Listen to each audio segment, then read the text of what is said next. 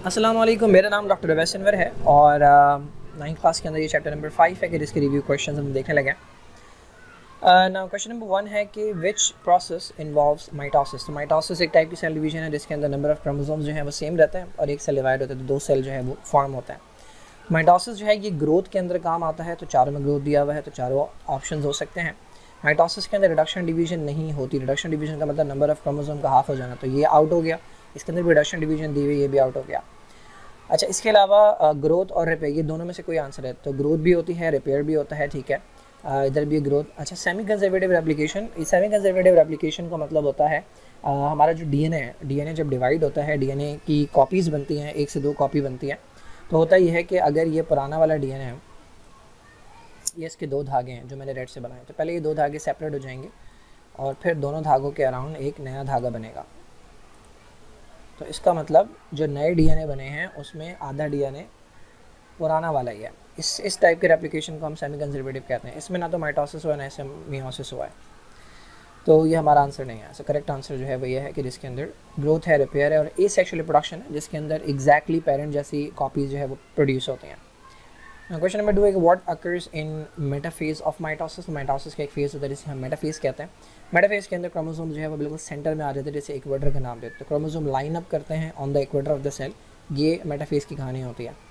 Chromatids reach करेंगे poles पे, ये टीलोफेज के अंदर होता है। क्रोमैटिड्स सेपरेट होते हैं, मूव करते हैं अपोजिट साइड पे, ये एनाफेज में होता है। And start to coil up and become visible, ये आपके प्रोफेज के अंदर होता है।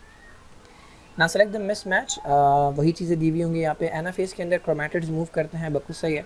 ये एक क्रोमैटिड है, ये सेंट्रियोल कह रहे हैं, सेंट्रोमेयर है, और ये दूसरा क्रोमैटिड है। तो ये दोनों एक दूसरे से सेपरेट होंगे और ये इधर और ये इधर मूव करना शुरू करेगा, ये एनाफेज में होता है। तो ये तो सही है, ये हमारा आंसर नहीं है। प्रोफेज के अंदर सेंट्रियोल मूव करते हैं, बिल्कुल सही बात है, प्रोफेज है। इसके अंदर ये 2 सेंट्रियोल आपस में एक साथ लगे हुए होते हैं। जब प्रोफेज आगे बढ़ रहा होता है तो इसमें से एक मूव करके अपोजिट साइड पे आ जाता है, तो ये भी सही स्टेटमेंट है, यानी ये हमारा आंसर नहीं है। टीलोफेज के अंदर न्यूक्लियर मेम्ब्रेन डिसअपेयर होती है, दिस इज़ रॉन्ग, ये हमारा आंसर है, यानी ये इनकरेक्ट स्टेटमेंट है। टीलोफेज वो लास्ट फेज़ होता है कि जब ये अपोजिट साइड पे पहुंच जाएगा, ये इस तरफ पहुंच जाएगा और ये उस तरफ पहुंच जाएगा, तो इनके अराउंड न्यूक्लियस बनना शुरू हो जाता है। तो न्यूक्लियर मेम्ब्रेन आना शुरू होती है, यानी अपेयर होना शुरू होती है, डिसअपेयर होना शुरू नहीं होती।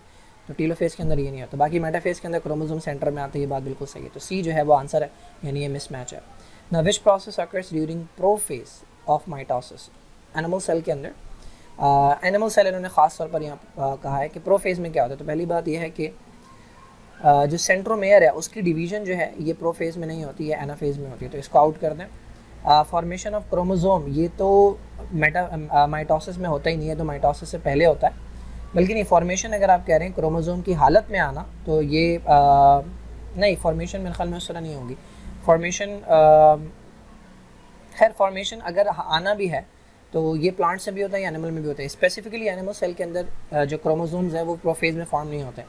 रेप्लिकेशन ऑफ डीएनए ये तो आपका इंटरफेज में होता है, यानी माइटोसिस से पहले, ये माइटोसिस से पहले होता है इंटरफेज के अंदर, तो ये भी आंसर नहीं आता। The last thing is separation of centriole, मैंने बताया था ये 2 सेंट्रियोल जो है ये आपस में एक साथ लगे हुए होते हैं। जब प्रोफेज होता है तो प्रोफेज के अंदर ये एक मूव करके अपोजिट साइड पे आ जाता है। अच्छा, why this is only in animal cell, क्योंकि प्लांट सेल के अंदर ये चीज़ नहीं होती, प्लांट सेल के अंदर सेंट्रियोल होता ही नहीं है, तो दैट इज़ वाई डी जो है आंसर है, बी आंसर नहीं है। ना sequence of physiological changes by which cell commits suicide. तो सेल के मरने के 2 तरीके होते हैं, एक इंजरी की वजह से और दूसरा प्रोग्राम सेल है जिससे सुसाइड भी कहते हैं, तो वो एपोप्टोसिस कहलाता है। Now choose the incorrect statement regarding meiosis. अब मियोसिस से रिलेटेड क्वेश्चन है। मियोसिस एक ऐसा प्रोसेस है जिसमें एक सेल डिवाइड होता है तो 4 सेल बनते हैं और नंबर ऑफ क्रोमोसोम्स जो हैं वो हाफ हो जाता है। तो मियोसिस की पहली स्टेटमेंट है कि ये मेंटेन करता है chromosome number from generation to generation, ये सही स्टेटमेंट है, हमें गलत ढूंढनी है। तो होता ये कि स्पर्म और ओवम जब मिलते हैं इंसानों के अंदर, अगर हम बात करें तो जाइगोट बनता है। जाइगोट के अंदर आते हैं टोटल 46 क्रोमोसोम। तो ये कहाँ से आते हैं? 23 यहाँ से, 23 यहाँ से। तो इसमें जो 23 आए हैं वो किसी ऐसे सेल से आए हैं जिसमें 46 थे। तो 46 से 23 ये मियोसिस के ज़रिए हुए हैं। तो मियोसिस अगर ना होता तो इसमें 46 के बजाय 92 होते, तो ये इंसान नहीं होता। ये बात बिल्कुल सही है कि जनरेशन टू जनरेशन इंसानों के अंदर या किसी भी ऑर्गेनिज्म के अंदर नंबर ऑफ क्रोमोसोम जो कांस्टेंट है वो मियोसिस की वजह से। It reduces the diploid number of chromosome to half, ये तो मेन काम है इसका। अगर किसी सेल के अंदर 46 क्रोमोसोम है तो ये इसका डिप्लॉयड नंबर है, ये इसको हैप्लॉइड कर देता है, हाफ कर देता है, तो ये भी सही स्टेटमेंट है। It takes place in the germ cell to produce gamete, ये भी सही स्टेटमेंट है, जर्म सेल के अंदर होता है, ऐसे गैमेट्स बनते हैं। तो जाहिर है लास्ट वाली स्टेटमेंट जो है ये इनकरेक्ट स्टेटमेंट, तो ये हमारा आंसर है। सोमैटिक सेल नहीं बनते इससे, जर्म सेल से गैमेट्स बनते हैं, सोमैटिक सेल नहीं बनते, यानी बॉडी के सेल नहीं बनते। A type of cell division in which spore mother cell it produces spore, spores बनते हैं प्लांट्स के अंदर, और प्लांट्स के अंदर एक सेल होता है जो कि मदर सेल कहलाता है, स्पोर मदर सेल, जो डिप्लॉयड होता है, इससे बनते हैं स्पोर्स, स्पोर्स होते हैं हैप्लॉइड। अब वो कौन सा प्रोसेस है जो डिप्लॉयड से हैप्लॉइड करता है, तो उसका नाम है मियोसिस। तो ये याद रखने वाली बात है कि प्लांट्स के अंदर मियोसिस तब होता है, प्लांट्स के अंदर मियोसिस तब होता है जब स्पोर्स बनते हैं, एनिमल्स के अंदर मियोसिस तब होता है जब गैमेट्स बनते हैं ना। वो कौन सा स्टेज है माइटोसिस का, जिसमें क्रोमैटिड्स जो हैं वो पोल पे पहुंच जाते हैं और उनकी मूवमेंट रुक जाती है, यानी सेंटर से वो पोल पे आ जाते हैं, बिल्कुल किनारों पे आ जाते हैं, उनकी मूवमेंट रुक जाती है, तो ये टीलोफेज है। टीलोफेज वो होता है जिसमें बिल्कुल एंड तक पहुंच जाते हैं। वो कौन सा फेज स्टेज है मियोसिस का, जिसमें सेंट्रोमेयर शॉर्ट होते हैं और पेयर्ड क्रोमैटिड्स जो हैं वो एक दूसरे से दूर खींचे जाते हैं। अच्छा, अब ये थोड़ा सा ट्रिकी क्वेश्चन है, उसका रीज़न ये है कि मियोसिस के 2 स्टेप्स होते हैं, एक मियोसिस 1 होता है और एक मियोसिस 2 होता है। मियोसिस 1 की हालत कुछ इस तरह होती है कि ये आपके पास ये क्रोमोसोम है पूरा, ठीक है, इसके अंदर 2 धागे हैं और ये इसी के जैसा एक और क्रोमोसोम है जिसको हम कहते हैं होमोलोगस क्रोमोसोम।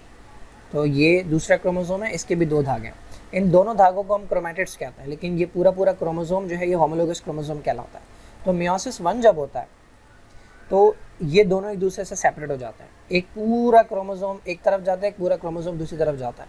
ये काम कौन से फेज़ में होता है, सेपरेशन जो होती है वो एनाफेज में होती है, तो ये काम एनाफेज 1 में होता है, क्योंकि मियोसिस 1 है तो एनाफेज 1 होता है।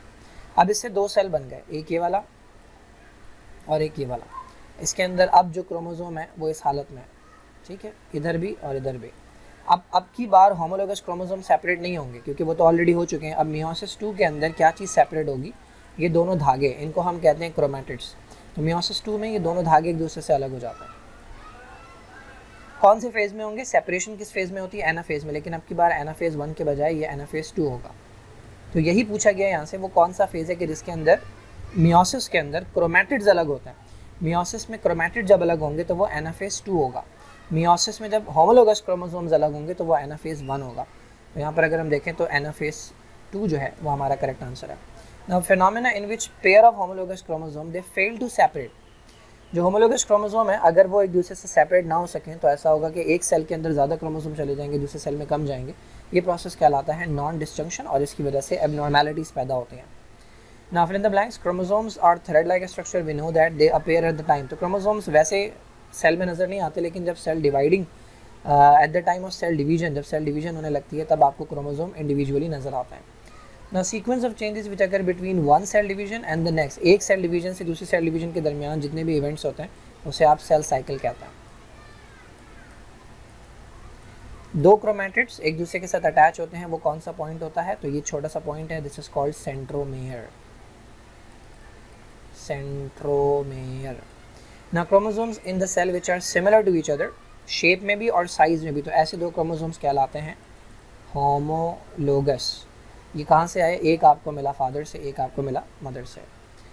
ना वो क्रोमोसोम्स जिसका एक आर्म बहुत ही छोटा और एक आर्म बहुत ही बड़ा, यानी ये वाली कंडीशन है, ये छोटा वाला आर्म है, ये सेंट्रोमेयर है और ये बड़ा वाला आर्म है, तो ये एक्रोसेंट्रिक कहलाता है।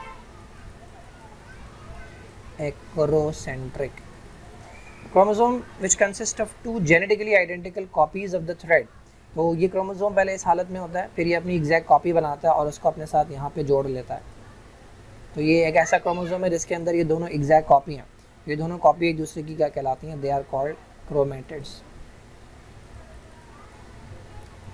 Now period of extensive metabolic activity in which cell grow, enzymes are synthesized. तो जब सेल डिवीजन हो जाती है तब जो है सेल जो है वो नेक्स्ट उसमें एंटर होता है, नेक्स्ट फेज के अंदर एंटर होता है, जिसमें वो अपने आप को तैयार कर रहा होता है सेल डिवीजन के लिए, तो वो इंटरफेस कहलाता है। तो इसके अंदर एक्सटेंसिव मेटाबॉलिक एक्टिविटी भी होती है,